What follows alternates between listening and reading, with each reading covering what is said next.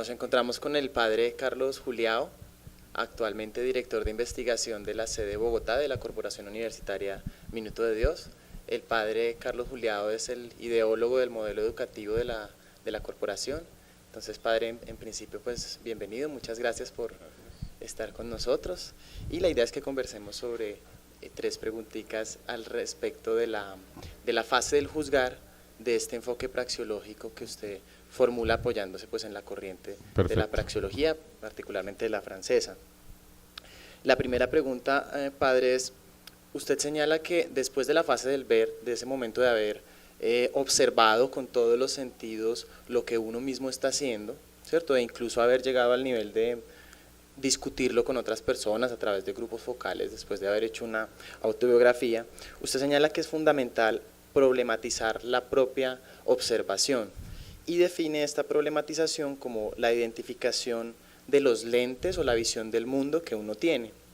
Entonces la pregunta es, si suponemos que la visión del mundo que cada uno tiene implica tanto elementos conscientes como inconscientes, ¿cómo podría uno hacer para que haga conscientes esos elementos inconscientes de la visión del mundo? Wow. Empezó disparando fuerte. Yo creo que hay una cosa fundamental para arrancar, y es que el conocimiento, e incluso podríamos decir la verdad, es algo intersubjetivo. O sea, nadie tiene el conocimiento completo ni la verdad completa. Cada uno de nosotros tiene parte de la realidad. Y lógicamente esa parte de la realidad que uno tiene, uno la quiere, uno la tiene precisamente desde sus lentes, desde su mirada, desde la visión y el enfoque con el cual analiza las cosas. Entonces, si yo en la fase del ver he observado con todos mis sentidos mi práctica, hay muchas técnicas para hacerlo, ¿no? Y cualquiera es válida, pero yo creo que en esencia es eso. En esencia es analizar lo observado y relatado.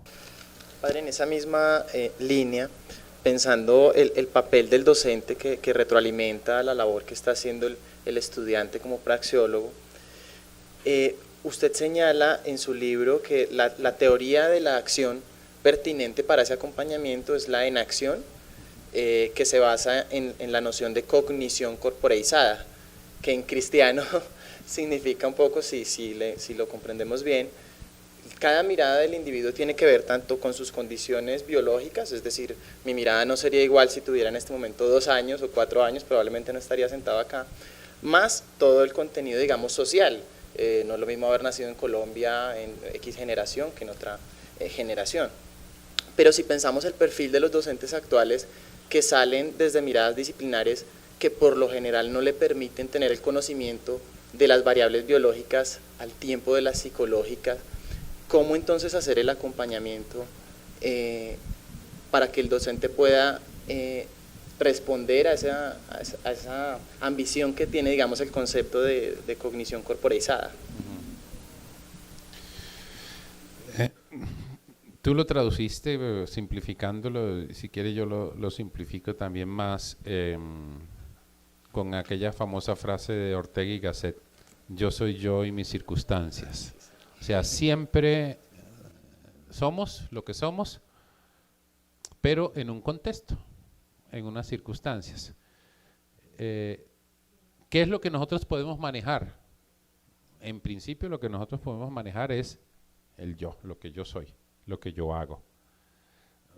A veces podemos manejar las circunstancias, pero por lo general las circunstancias nos escapan. O sea, tú lo decías ahorita, nací colombiano, nací así, hubiera preferido ser asá, pero resulta que soy esto. O sea, eso es mi realidad y desde esa realidad es como yo miro y veo las cosas.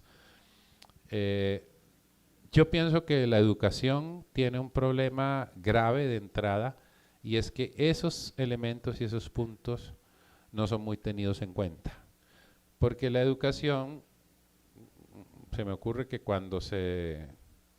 digamos, cuando en la época de la era industrial se generó, digamos, la educación formal como sistema, nació muy parecido al modelo de la fábrica, que era lo que estaba imperando en ese momento, el modelo fordista, y entonces la educación se uniformó.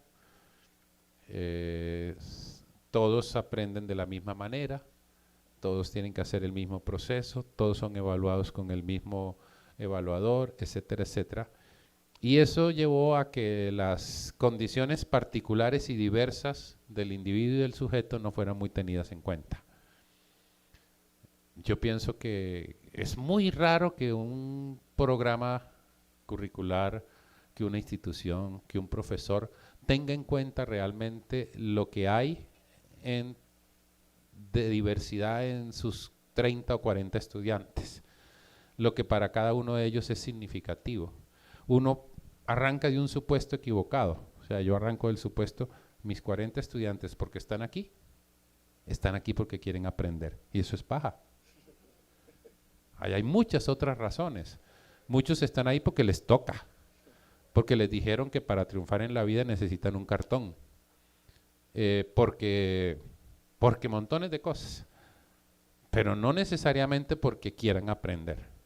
Y si yo estoy partiendo de ese supuesto, ya estoy empezando equivocadamente. Y hay otro montón de supuestos. El otro, el más grave, es todos aprenden de la misma forma.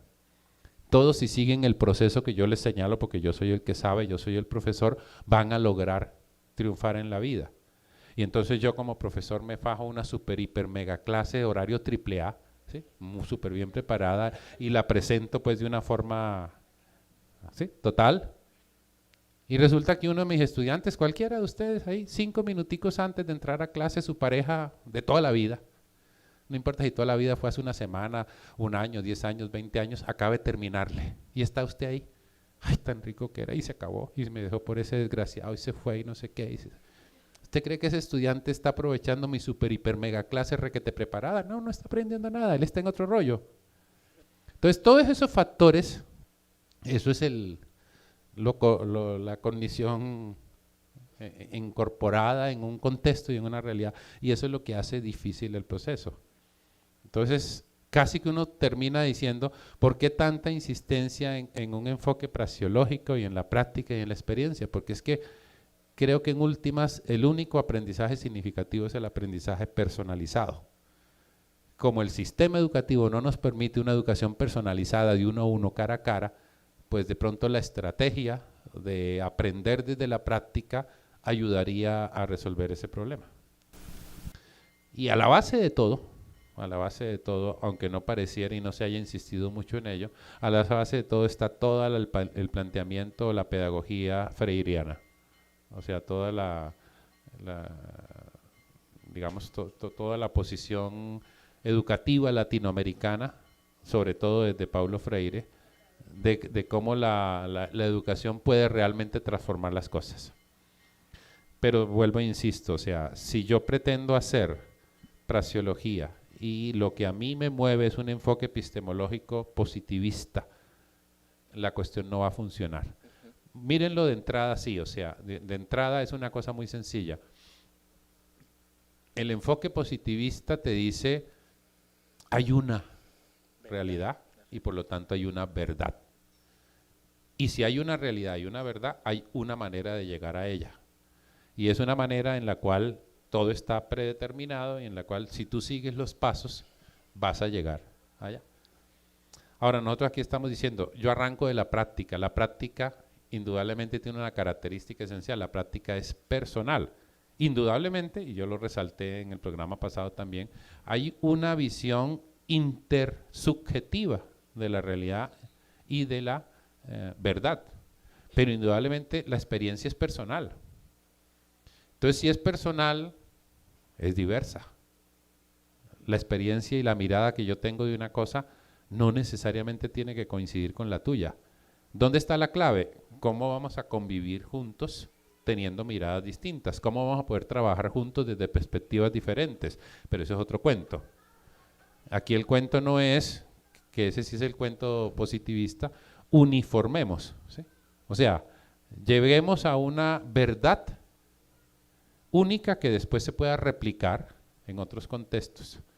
Aquí la cuestión es, aprendamos de lo que hacemos, sistematicémoslo de tal manera que quede, digamos así, conceptualizado, teorizado, a ver si de pronto le sirve a otro en su contexto y su cuestión. Pero la idea final no es hacer, digamos, un modelo que se pueda reproducir infinitamente, sino es, si lo sistematizo, si lo teorizo, lo conceptualizo, bajo el supuesto de que de pronto puede servir. Pero lo que importa fundamentalmente es que me sirva a mí para mejorar mi práctica y para ser yo mejor.